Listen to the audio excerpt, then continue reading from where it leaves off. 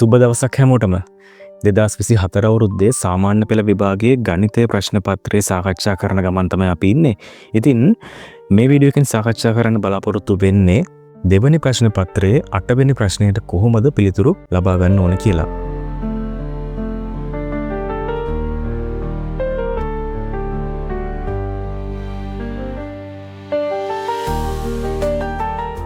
අටවෙනි ප්‍රශ්නයේ විදිහට ජ්‍යාමිතිය සම්බන්ධ ගානක් තමයි හම්බ වෙලා තියෙන්නේ. ඉතින් අපි ඉස්සෙල්ලාම ගාන කියවන ගමන් මේ ගානේ තියෙන දත්ත ටික මේ රූප සටහනේ ලකුණු කරගන්න උත්සාහ කරමු. මේ ගානේ කියනවා ABCD සමාන්තරාශ්‍රයක් කියලා. ඉතින් සමාන්තරාශ්‍රයක් කියලා කියපු ගමන්ම අපි කරන්න ඕනේ සමාන්තරාශ්‍රයක තියෙන මූලික ලක්ෂණ ටික මේ රූප සටහනේ ලකුණු කරගන්න එක. හරි. ඔයගොල්ලෝ දන්නවා සමාන්තරාශ්‍රයක් වුණාම සම්මුඛ පාද සමාන වෙනවා. එහෙනම් මම ඉස්සෙල්ලම සම්මුඛ පාද මෙන්න මේ විදිහට සමානයි කියලා ලකුණු කරනවා. ඒ කියන්නේ AD පාදයට BC පාදයේ සමානයි කියලා. ඒ වගේම AB පාදයට CD පාදයේ සමානයි කියලා. ඊළඟට ඒ වගේම ඔයගොල්ලෝ දන්නවා සම්මුඛ පාද සමාන්තර වෙනවා කියලා. ඒකත් මම ඒ විදිහටම ලකුණු කරගන්නවා. මේ සම්මුඛ පාද යුගල එකිනෙකට සමාන්තරයි. ඒ වගේම මේ සම්මුඛ පාද යුගලත් එකිනෙකට සමාන්තරයි. හරි. මෙතනින් එහාට සමාන්තරාශ්‍රයකට සුවිශේෂ වන තව ලක්ෂණ කිහිපයක් තියෙනවා. නමුත් මේ ගාන අපිට ඉස්සරහට හදාගෙන යන්න මේ හොඳටම ප්‍රමාණවත්. මොකද මේ රූප සටහන දැන් අපිට දැකපු ගමන් ABCD කියන්නේ සමාන්තරාශ්‍රයක් කියන එක ඔළුවට එනවා. හරි. ඊට පස්සේ ගාන කියනවා E අනු BC හි මධ්‍ය ලක්ෂය. එහෙනම් E කියන ලක්ෂයෙන් මේ BC කියන පාදය සමච්ඡේදනය වෙනවා. ඒකනේ ඒක මධ්‍ය ලක්ෂ්‍ය වෙන්නේ. එහෙනම් දැන් මේ BC කියන කොටස E කියන තැනින් මොකද වෙන්නේ? දෙකට බෙදෙනවා. එන්න මේ විදිහට මම එහෙනම් ඒකත් වෙන පාටකින් ලකුණු කරගන්නම්. හරි. ඊට පස්සේ කියනවා ටිකක් වෙනස් කතාවක්. F යනු DF සමානයි 3 DC වන පරිදි DC මත පිහිටි ලක්ෂයක් වේ. දැන් හැබැයි E වගේ අපිට මේ F ලකුණු කරන්න විදිහක් නෑ. මොකද මෙතන නම් කිව්වේ සමච්ඡේදනය වෙනවා කියලා නේද? හැබැයි මෙතන එක පැත්තකට වඩා අනිත් පැත්ත විශාලයි නේද? 3න් එකක් වෙන විදිහට මේ පැත්ත, අනිත් එක 3න් දෙකක් වෙන විදිහට. ඒ කියන්නේ මෙන්න මෙයා 3න් එකක් වෙනකොට මෙයා 3න් දෙකක් වෙනවා කියලා. ඉතින් මේක අපිට සරලව ලකුණු කරගන්න විදිහක් නැහැ. මම මෙන්න මේ විදිහට ලකුණු කරගන්න ගමන් මම මෙන්න මේ දත්තේ චුට්ටක් රවුම් කරලා තියාගන්නම්. මට මේක පස්සේ ඕන වෙයි කියලා හිතෙන හින්දා. ඊට පස්සේ අපිට කියනවා දික් කරන ලද AB රේඛාවට දික් කරන ලද FE රේඛාව G හිදී. කොජි මේ තියෙන්නේ. මේ දෙන්න හම්බ වෙනවා. ඒ වගේම ඊළඟට කියනවා දික් කරන ලද AD රේඛාවට හරි. මෙන්න මෙතනදී H වලදී මෙයාව හම්බ වෙනවා. ඒ දෙකේ අපිට විශේෂයෙන් ලකුණු කරන්න දෙයක් නැහැ. අපි එහෙනම් එමු රෝම ඉලක්කම් එකට. රෝම ඉලක්කම් එකේ අපිට කියනවා මෙන්න මේ ත්‍රිකෝණ දෙක අංග සම බව පෙන්වන්න කියලා. ඉතින් මම ඉස්සෙල්ලාම මේ ත්‍රිකෝණ දෙක මේ රූප සටහනේ අඳුන ගන්න උත්සාහ කරනවා. කවුද ඉන්නේ බලමු. BGE. ඒ කියන්නේ BGE. මෙන්න මේ ත්‍රිකෝණය. මම මෙයාව එක කියලා ලකුණු කරගන්නම්. CFE. ඒ කියන්නේ CFE කියන්නේ මෙන්න මේ ත්‍රිකෝණය. ඉතින් අපිට අංගසම කරන්න තියෙන්නේ මෙන්න මේ ත්‍රිකෝණයයි මෙන්න මේ ත්‍රිකෝණයයි. මම එහෙනම් ඉස්සෙල්ලම මම අංගසම කරන ත්‍රිකෝණ දෙක මෙන්න මේ විදිහට ලියා ගන්නවා. BGE ත්‍රිකෝණය සහ CFE කියන ත්‍රිකෝණය. හරි. දැන් ඔයගොල්ලෝ දන්නවා ත්‍රිකෝණයක අංග 6ක් තියෙනවා. ත්‍රිකෝණයක තියෙනවා පාද 3ක්, ඒ වගේම කෝණ 3ක්. ඉතින් මේ අංග 6න් අනුරූප අංග ත්‍රිකෝණ දෙකේ අනුරූප අංග යුගල් 3ක් මොකද වෙන්න ඕනේ? සමානයි කියලා පෙන්වන්න ඕනේ මේ ත්‍රිකෝණ දෙක අංග සම කරන්න නම්. දැන් බලමු මේ විදිහට අනුරූප අංග 3ක් අපිට හොයාගන්න පුළුවන්ද කියලා. ඉස්සෙල්ලාම ඔයාලට පේනවා මෙන්න මෙතන E කියන ලක්ෂය නේද? මෙතනින් මේක සමච්ඡේදනය වෙනවා කියන්නේ BE සමානයි CE. ඔන්න අපිට අනුරූප පාද යුගලක් සමානයි කියලා හොයාගන්න පුළුවන්. ඒ වගේම මෙන්න මේ සමාන්තරාශ්‍රයේ AB පාදය සහ CD පාදය එකිනෙකට සමාන්තරයි. එහෙනම් මේ දික් කරපු G දක්වා, ඒ කියන්නේ ABG කියන පාදයයි DFC කියන වෙන මේ රේඛා දෙක, මේ රේඛා දෙක එකිනෙකට සමාන්තරයි. ඉතින් ඔයගොල්ලෝ දන්නවා සමාන්තර රේඛා දෙකක් අතර දැන් මෙහෙම සමාන්තර රේඛාවක් තිබුණොත් මෙහෙම එකක් තිබුණොත් මොකද වෙන්නේ? මේ දෙන්න අතර හැදෙනවා විශේෂ කෝණ වර්ග තුනක්. මොනවද? මෙන්න මේ විදිහට හැදෙනවා ඒකාන්තර කෝණ නේද? මේකේ අනිත් පැත්තත් අපිට ගන්න පුළුවන් ඒකාන්තර කෝණ කියලා නේද? ඒ වගේම අනුරූප කෝණ තියෙනවා, මිත්‍ර කෝණ තියෙනවා. මම මේ දෙක වැඩි වශයෙන් විස්තර කරන්න යන්නේ නැහැ. මොකද මට මේ ත්‍රිකෝණ දෙකේ අවශ්‍ය වෙන්නේ ඒකාන්තර කෝණ විතරක් හින්දා. හරි. දැන් බලන්න මේ සමාන්තර රේඛා දෙක අතරත් හැදෙන ඒකාන්තර කෝණ මොනවද කියලා. ඔයගලන්ට පේනවා මෙන්න මෙතන. මෙන්න මේ මුල්ල. මේ මුල්ලත් එක්ක ඒකාන්තර කෝණයක් විදිහට ගන්න පුළුවන්. මෙන්න මෙතන මෙන්න මේ මුල්ල. නේද? එහෙනම් මේ මුල්ල ආශ්‍රිතව මෙයාම ශීර්ෂයක් කරගෙන හැදෙන කෝණ දෙක එකිනෙකට සමාන්තර වෙනවා ඒකාන්තර කෝණ නිසා. හරි. ඊළඟට බලන්න අර මං කිව්වා වගේ අනිත් පැත්තට. ඒ කියන්නේ මොකද වෙන්නේ? මේ z අකුර අනිත් පැත්තට. මේ අතර ගත්තාමත් මොකද වෙන්නේ? මෙන්න මේ කෝණයට මේ කෝණය සමානයි නේද? එහෙනම් මේ කෝණය උගලත් අපිට ඒකාන්තර කෝණ කියන සම්බන්ධය පාවිච්චි කරලා සමානයි කියලා ගන්න පුළුවන්. දැන් අපිට අවශ්‍ය කරන දත්ත ටික තියෙනවා. ඉතින් දරුවෙක්ට අවශ්‍ය නම් මේ දෙකට අමතරව මෙන්න මේ කෝණ දෙක ගන්න පුළුවන් ප්‍රතිමුඛ කෝණ කියලා. කිසි ප්‍රශ්නයක් නැහැ. හරි. දැන් අපි එහෙනම් අංග සම කරන්න උත්සාහ කරමු. මම ඉස්සෙල්ලාම ලියනවා මේ කෝණය උගලයි, මේ කෝණය උගලයි, මේ පාදය උගලයි. ඒ කියන්නේ කෝ පා කියන අංග සම අවස්ථාවෙන් තමයි මම මේක අංග සම කරන්න හදන්නේ. මුලින්ම BGE ත්‍රිකෝණය තියෙන හින්දා මේ පැත්තෙන් මම ගන්නවා මෙන්න මෙයාව. BGE කියන කෝණය. BGE මේ කෝණය සමාන වෙනවා කාටද? මෙන්න මේ පැත්තෙන් CFE කියන කෝණයට. මේකට හේතුව මොකද්ද වෙන්නේ? ඒකාන්තර කෝණ. ඊළඟට මෙන්න මේ කෝණ යුගල. මෙයා කොහොමද ලියන්නේ? GBE. GBE. මේ කෝණය සමාන වෙනවා ECF කියන කෝණයට. මේකත් ඒකාන්තර කෝණ. ඊළඟට අපිට ගන්න පුළුවන් මෙන්න මේ පාද යුගලය. ඒ කියන්නේ BE සහ CE නේද? BE සහ CE. මේක අපිට මේ ගානේ දත්තයක් විදිහට දීලා දිනවා. එහෙම නැත්නම් අපිට ගන්න පුළුවන් මේ E කියන ලක්ෂයෙන් BC රේඛාව සමච්ඡේදනය වෙනවා කියන දත්තය. මම ඒක දැනට දත්තය කියලා ලකුණු කරගන්නවා. දැන් අපිට අනුරූපාංග තුනක් සමාන වෙනව නේද? එහෙනම් මෙන්න මේ හින්දා BGE ත්‍රිකෝණයයි CFE ත්‍රිකෝණයයි මොකද වෙන්නේ? අංග සම වෙනවා. ඉතින් අංග සම අවස්ථාව වෙන්නේ කෝණ පාද. කෙටියෙන් අපි ලියනවා කෝ පා කියලා. මෙන්න මේ විදිහට තමයි මේ ත්‍රිකෝණ දෙක අංග සම කරන්න ඕනේ. හරි. අපි එහෙනම් මේ ගානේ දෙවනි කොටසට යමු. මේ ගානේ දෙවනි කොටස අපිට කියනවා BF සහ GC යාකර. BGCF සමාන්තරාශ්‍රයක් වීම සඳහා හේතු දක්වන්න කියලා. ඉතින් එහෙනම් අපිට කියලා තියෙන විදිහට මේ දෙක අපි යා කරගන්න උත්සාහ කරමු. මම ඒකට පාවිච්චි කරනවා මෙන්න මේ කඩිර. හරි. මට කියනවා BF. ඒ කියන්නේ B සහ F මෙන්න මේ දෙන්න යා කරන්න ඕන. හරි. ඊළඟට GC. ඒ කියන්නේ G සහ C. මෙන්න මේ දෙන්නත් මම යා කරනවා. මෙහෙම යා කරාම මේ නිර්මාණය සිද්ධ කරාට පස්සේ අපිට හැදෙනවා අලුත් චතුරස්‍රයක් නේද? මෙන්න මේ චතුරස්‍රය කවුද? BGCF කියන චතුරස්‍රය සමාන්තරාශ්‍රයක් වෙනවා කියලා ඒගොල්ලෝ කියනවා. සමාන්තරාශ්‍රයක් වෙනවා කියලා කිව්වට බෑ. එහෙම වෙන්න හේතු දක්වන්න කියලා කියනවා. ඉතින් ඔයගොල්ලෝ 10 වසර ඉගෙනගෙන තියෙනවා මේ සමාන්තරාශ්‍රවල ලක්ෂණ. ඉතින් මේ සමාන්තරාශ්‍රවල තියෙන එක ලක්ෂණයක් හරිව ඔප්පු කරලා පෙන්නුවොත් මොකද වෙන්නේ? මේක සමාන්තරාශ්‍රයක් වෙන්න ඒක හේතුවක් වෙනවා. ඔයගොල්ලෝ දන්නවා සමාන්තරාශ්‍රයක මොකද වෙන්නේ? විකර්ණ එකිනෙක සමච්ඡේදනය වෙනවා. ඉතින් මේ චතුරස්‍රයේ විකර්ණ දිහා බලන්නකෝ. මේ චතුරස්‍රයේ ඉන්නවා BC.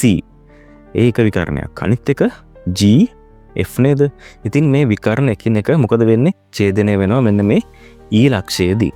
එතනදී මේ ගානේ අපිට මුලින්ම දත්තයක් විදිහටම දීලා තියෙනවා මෙන්න මේ පාද දෙක සමානයි කියලා. ඒ කියන්නේ මේ එක විකර්ණයක් මොකද වෙන්නේ සමානව ඡේදනය වෙලා සමච්ඡේදනය වෙලා.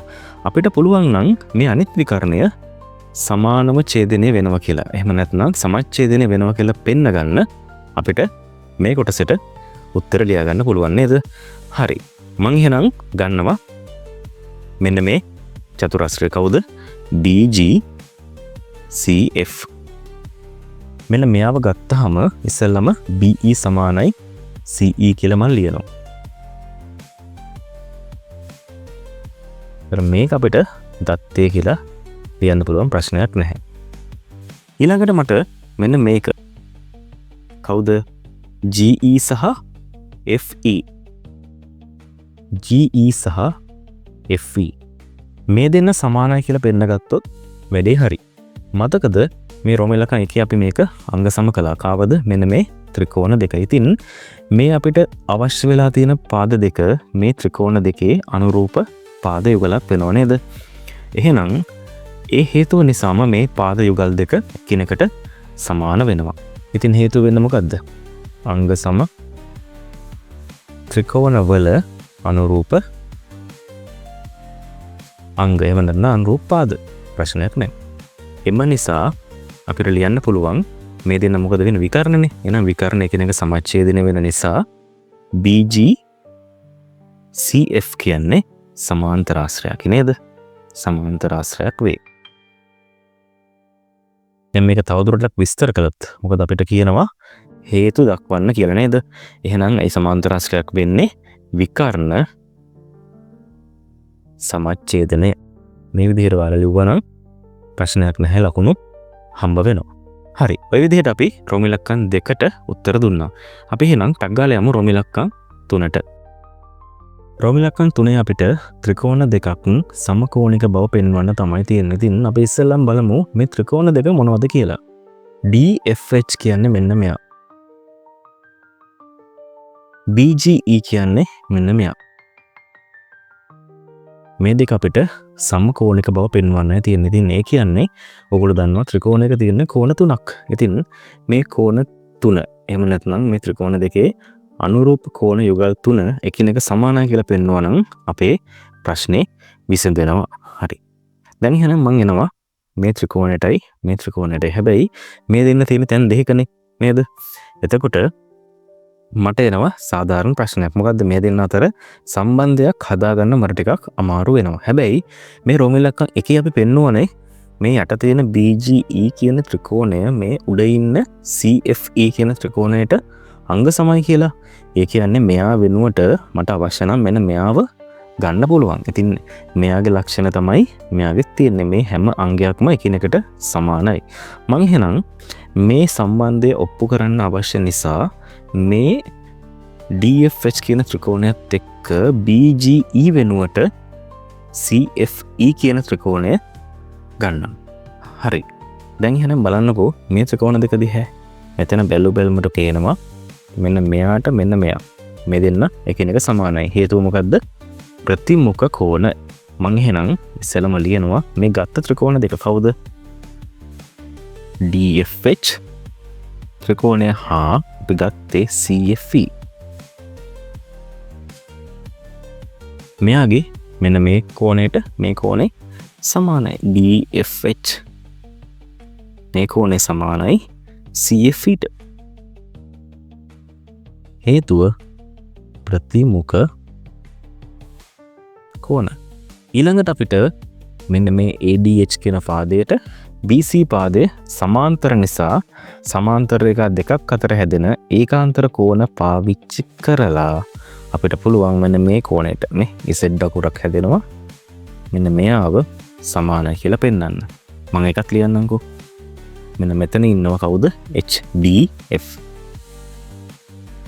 HDF. මෙන්න මෙයාට සමාන වෙන්නේ කවුද? මෙන්න මෙයාව. FCE. හේතුව ඒකාන්තර කෝණ. ඒ වගේම මට පුළුවන් වෙනවා මෙන්න මේ ඉතිරි කෝණය. මෙන්න මේක මොකද වෙන්නේ? මෙන්න මෙයාට සමානයි. ඒකත් Z අකුර හැඩයට යන්නේ. නේද? නම් මම ඒකත් ලියනවා DHF. DHF කෝණය සමානයි. එන මෙතන තියෙනවා FEC.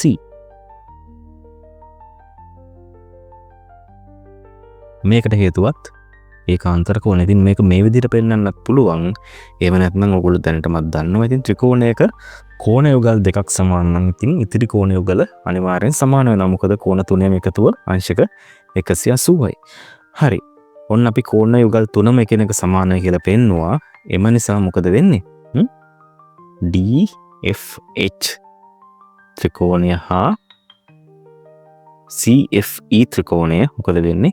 සමකෝණික වේ.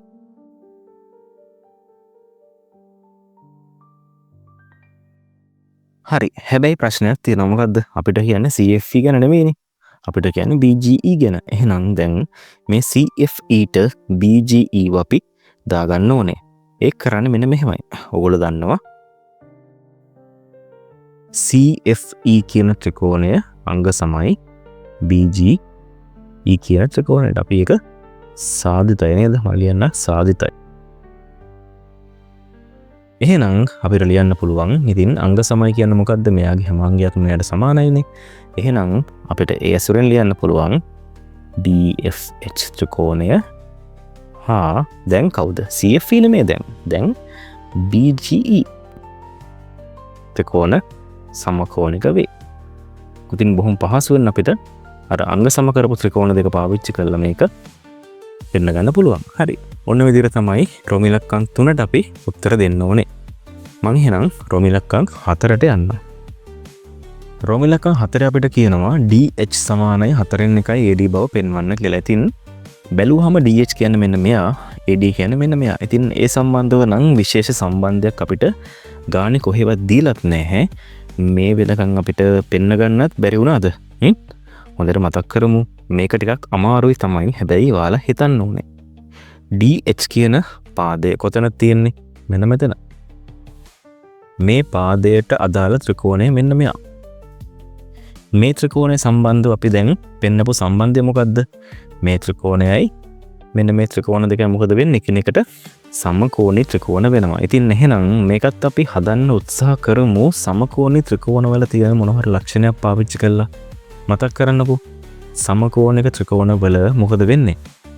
පාද ගන්න කියන්නේ සමකෝණික ත්‍රිකෝණ වල අනුරූප පාද අතර අනුපාත. ඒ කියන්නේ මෙන්න මේ DH කියන පාදය ගන්නකෝ. මේ පාදය ගත්තොත් මොකද වෙන්නේ? මේ DH කියන පාදයට අනුරූප පාදය ගමු අපි මෙන්න මේ ත්‍රිකෝණේ. මේකත් අපි පෙන්වන්නේ සමකෝණී කියලා. මේකට අනුරූප වෙන්නේ කවුද? මෙන්න මේ CE කියන පාදය. මම ඒක ලියනවා මෙන්න මෙහෙම. හරිද? ඒ වගේම මම තව යුගලක් ගන්නම්කෝ. DF මෙයාට අනුරූප වෙන්නේ කවුද? FC නේද? FC. අපිට ඉතුරු පාද යුගලත් ඔන්න ලියා ගන්න පුළුවන්. කවුද? HFට FE. HFට FE. මෙන්න මෙහෙම නේද? ඔන්න අපි පාද යුගල් 3 අතර එහෙම නැත්නම් අනුරූප පාද යුගල් 3 අතර අනුපාත ලියාගෙන තියෙන. ඉතින් සමකෝණික ත්‍රිකෝණ වෙන හින්දා මේ අනුපාත මොකද වෙන්නේ කියන එකට සමාන වෙනවා. ඔන්න ඔය සම්බන්ධ තමයි මේ ගාන හදන්න මම පාවිච්චි කරන්න උත්සාහ කරන්නේ. හරි. දැන් මම දන්නවා මේ DH නම් මට ඕනේ නේද? එහෙනම් මට මෙන්න මේක ගන්න වෙනවා. දැන් මෙතන තුනක් තියෙනවනේ. මේ තුනම තියාගෙන මේ වැඩේ කරන්න බෑ. මේකෙන් අපිට අවශ්‍ය කරන දෙන්නෙක්ව විතරක් වෙන් කර ගන්න ඕනේ. මොකද සමාන කිරීම දෙකක් එක්ක මේ ගාන හදන්න අපිට අපහසු නේද? අපිට මේ දෙන්නෙක් හිටියනම් හොඳටම ඇති. හැබැයි මේ තුනෙන් අවශ්‍ය දෙන්න අපි තෝරගන්න ඕනේ. DH අපිට ඕනේ. ඊළඟට AD. මෙන්න මේ ADව හදාගන්නේ කොහොමද? ADව හදාගන්න නම් AD ඉන්නේ වෙන කොහෙවත් පේනවද? ඉතින් ADව මේක ඇතුළට ගන්න නම් ADට සමාන වෙන මේක ඇතුළට ගන්න පුළුවන් කෙනෙක් හොයන්න. කවුද? AD සමානයි අපි දන්නවා BC නේද? මම ඒක වෙන පාටකින් ලියන්නම්කෝ. AD සමානයි BC. මේක අපිට ගානේ දත්තයක් විදිහට තියනවා. මොකද්ද? ABCD සමාන්තර රාශියක්නේ. ඒ නිසා නේද? ඊළඟට අපි දන්නවා මේ මෙන්න මෙතන මේ BC කියන එකත් සමාන කොටස් දෙකකට බෙදෙනවා මෙන්න මේ E කියන ලක්ෂය නේද? ඒ කියන්නේ BE සමානයි CE. ඉතින් මෙන්න මේවා මොකද්ද වෙන්නේ? මේක නම් සමාන්තර අස්රක් නේද? මෙන්න මේක දක්තයක් විදිහට දීලා තියෙනවා. දැන් බලන්න මෙන්න මෙහෙම දෙයක්. ඉතින් මේක දෙකට බෙදෙනවා කියන්නේ මේක කොටසක් වගේ දෙගුණයක් නේද මේ ලොකු එක. මේක කොටසක්. ඒ කියන්නේ මේ BE වගේ. එහෙම නැත්නම් මෙන්න මේ CE වගේ දෙගුණයක් තමයි මේ BC වෙන්නේ. ඉතින් මට මෙතන අවශ්‍ය කරන්නේ CE නේ. මම එහෙනම් CE ඇසුරෙන් ලියා ගන්නවා BCව. එහෙනම් මම දන්නවා CE මේක භාගයක් වගේ දෙගුණයක් තමයි BC කියන එක වෙන්නේ. මෙන්න මේ සම්බන්ධය කියන්නේ මෙන්න මේක වගේ දෙගුණයක් තමයි මේ විශාල පාදය වෙන්නේ. හරි. හැබැයි අපිට අවශ්‍ය කරන්නේ BC නෙවෙයිනේ. BC ADට සමානයි නේද? එහෙනම් මෙන්න මේ දෙන්නනේ. මේ දෙන්න සමානයිනේ. එහෙනම් අපිට ලියන්න පුළුවන් 2 CE සමාන වෙනවා ADට. නේද? හරි. එහෙනම් මට අවශ්‍ය කරන්නේ CE නේ. මම උක්ත කරනවා CEව. එතකොට මේ කැපිලා CE සමානයි AD බෙදීම 2 කියලා එනවා. හරි. මට දැන් පුළුවන් මේ CE තියෙන ඕනම තැනකට AD බෙදීම 2 කියලා දාගන්න නේද? මොකද මම මෙතන එක සාධනය කරලා පෙන්නුවා. හරි. ඔන්න ඒ ප්‍රශ්නේත් හරි දැන්. ADව මේක ඇතුළට අපි දාගත්තා නේද? ඊළඟට මේ දෙන්නෙන් කවුද අපි ගන්නෙ? මේ දෙන්නෙන් ගන්න කෙනා තීරණය වෙන්නේ මේ ගාන තියෙන අපිට දත්ත 90. බලන්නකෝ DF සහ FC. DF සහ FC. මෙන්න මේ සම්බන්ධව මෙන්න මේ ගාන අපිට අපූර්ව දත්තයක් මුලින්ම දීලා තිබුණා. මේ තියෙන්නේ DF සම්බන්ධව තියෙනව නේද මොකක්ද දෙකක්. ඒ නිසා මෙන්න මේක අපිට ගත්තොත් මොනවා හරි සම්බන්ධයක් හදාගන්න පුළුවන්. හැබැයි මේ HF සහ FE අතර නම් මෙහෙම සම්බන්ධයක් ගාන දීලත් නෑ. අපිට මේ වෙනකන් සාධනය කරලා පෙන්න ගන්නත් බැරි වුණා නේද? එහෙනම් මේක මං දැන්ට අයින් කළා. මං මෙන්න මෙයාව තෝරගන්නවා මෙයත් එක්ක හදන්න අනිත් කෙනා විදිහට. හරි. මං එහෙනම් සම්බන්ධේ නැවත වතාවක් ලියා ගන්න හදන්නේ. ඉතින් එහෙම ලියනකොට DH මෙන්න මේක මන් දැන් CE වෙනුවට මොකක්ද දාන්නේ? AD බෙදීම 2 කියලා. හරිනේ. සමානයි. දැන් එන්නකො මෙතනට. මෙතන DF වලට අපිට කතාවක් කියනවා මේ. DF සමානයි 3න් 1යි DC. ඉතින් DC නෑනේ මෙතන. මෙතන තියෙන්නේ FC. FC කියන්නේ මේ DC වලින් කොටසක් නේද? ඉතින් අපි අර මුලින්ම පෙන්නපු විදිහට මේක 3න් 1ක් වෙනවා නම් මේක මොකද වෙන්නේ? 3න් 2ක් වෙනවා. එහෙනම් අපිට ගන්න පුළුවන් මොකක් කියලාද? මෙතන DF කියන එක ගන්න පුළුවන් 3න් 1යි DC කියලා. මෙන්න මෙයාගෙන් 3න් 1ක් නේ. මෙයාව ගන්න පුළුවන් FC කියනව ගන්න පුළුවන් 3න් 2යි DC කියලා. නේද? මෙන්න මේ විදිහට අපිට සම්බන්ධය හදාගන්න පුළුවන්. දැන් මේ සුළු කිරීම මෙන්න මෙහෙම තිබ්බොත් මේ ළමයින්ට මේක සංකීර්ණ හින්දා මම පොඩ්ඩක් මේක දිගහැරලා එහෙම නැත්නම් මේක ප්‍රසාරණය කරලා ලියා ගන්නයි හදන්නේ. බලන්නකෝ මම මෙතනින් ලියා ගන්නවා මේක දිගහැරලා. මෙන්න මේ විදිහට. DH බෙදන්නනේ තියෙන්නේ. මම ඒක ලියනවා මෙන්න මෙහෙම. බෙදීම AD බෙදීම 2යි කියලා. හරිද? ඊළඟට සමානයි. මෙතන තියෙනවා 3න් 1යි DC. ඒ කියන්නේ DC බෙදීම 3නේ 3 කියන්නේ. එයාව බෙදන්න තියෙන්නේ කාගෙන්ද? 3න් 2යි DC. ඒ කියන්නේ 3න් 2යි DC කියන්නේ මෙහෙම ලියුව හැකිනේ. 3න් 2යි DC. ඔය විදිහට ලියන්න පුළුවන්. දැන් අපි මේක සුළු කරන්න උත්සාහ කරමු. ඉතින් ඔයාලා දන්නවා බෙදීමක් හින්දා මේකේ පරස්පරය ගන්න ඕන නේද? එහෙනම් DH ගුණ කිරීම දැන් මේ දෙන්න මාරු වෙනවා. එහෙනම් 2 උඩට යනවා. AD යටට එනවා. මේ පැත්තෙත් මොකද වෙන්නේ? DC බෙදීම 3 තියෙන්නේ. බෙදීමක් හින්දා මෙයා පරස්පරය ගන්න ඕනේ නේද? එහෙනම් ගුණ කිරීමක් වෙනවා. 3 උඩට යනවා. 2යි DC යටට යනවා. දැන් බලන්නකො කපන්න පුළුවන් බැයිද කියලා. මේ පැත්තේ නම් අපිට මුකුත් කරන්න බෑ නේද? ඔහොම තියමුකෝ. මෙතන 3ට 3 කපන්න පුළුවන්. ඒ වගේම DCට DC කපන්නත් පුළුවන්. පේනවද? ඉතුරු වෙන්නේ මොකද්ද? මේ උඩ. ඉතුරු වෙන්නේ 1. මෙතන 1. මෙතනත් 1. මෙතන 2. එහෙනම් 1 යට 2 නේද? මම මෙතන ලියන්නම්කෝ. BH බෙදීම AD. හැබැයි මෙතන ಗುಣ කිරීම දෙකක් තියෙනවා. පේනවද? ಗುಣ කිරීම 2 සමානයි. මේ පැත්තෙන් ආවහම මොකක්ද උනේ? උඩ 1 යට 2. ඒ කියන්නේ 1 බෙදීම 2. කොහොමයක් ආව නේද? දැන් ටිකක් අපිට මේ ඇවිල්ලා තියෙන සම්බන්ධය මේකට සමාන ගතියක් දැනෙනවා. මම මේක arrange කරන්නම් මට අවශ්‍ය විදිහට. දැන් මම මෙන්න මේ AD ව ගන්නවා මේ පැත්තට. මොකද මේ ගානේ AD ඉන්නේ දකුණු පැත්තේ හින්දා. ඒ වගේම මොකද වෙන්නේ මෙතන DH අපි තනි කරගන්න ඕනනේ. ඉතින් AD ව ගත්තා වගේම මෙන්න මේ ಗುಣ කිරීම දෙකත් අපි මේ පැත්තට ගමු. මොකද වෙන්නේ? බෙදීම දෙකක් කළා නේද? එතකොට මේ දෙකත් එක ಗುಣ වෙලා බෙදීමක් වෙනවනේ. එතකොට දෙවරක් දෙක 4ක් වෙනවා. මෙයා උඩට යනවා. එතකොට DH තනි වෙනවා. එහෙනම් DH තනි වුණාම මේ AD උඩට යනවනේ. AD උඩට යනවා. මේ බෙදීම දෙක කොහොමද තිබුණා නේද?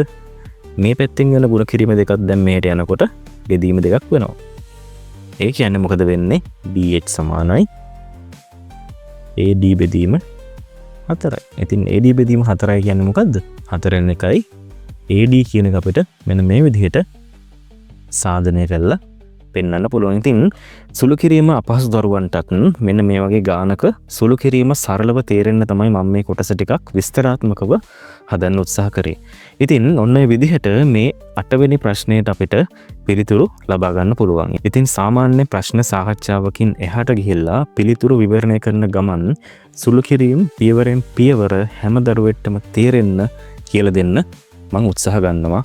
මේ ප්‍රශ්නේ වගේම ඉතුරු ප්‍රශ්න හැම එකමත්. ඉතින් මේ වගේම අංග සම්පූර්ණ විවරණයක් එක්ක ඔයාව ඉක්මනින්ම හම්බ වෙන බලාපොරොත්තු වෙන්න මේ වීඩියෝ එකෙන් අපි සමුගන්නවා. ඔයගොල්ලෝ හැමෝටම සුබ දවසක්.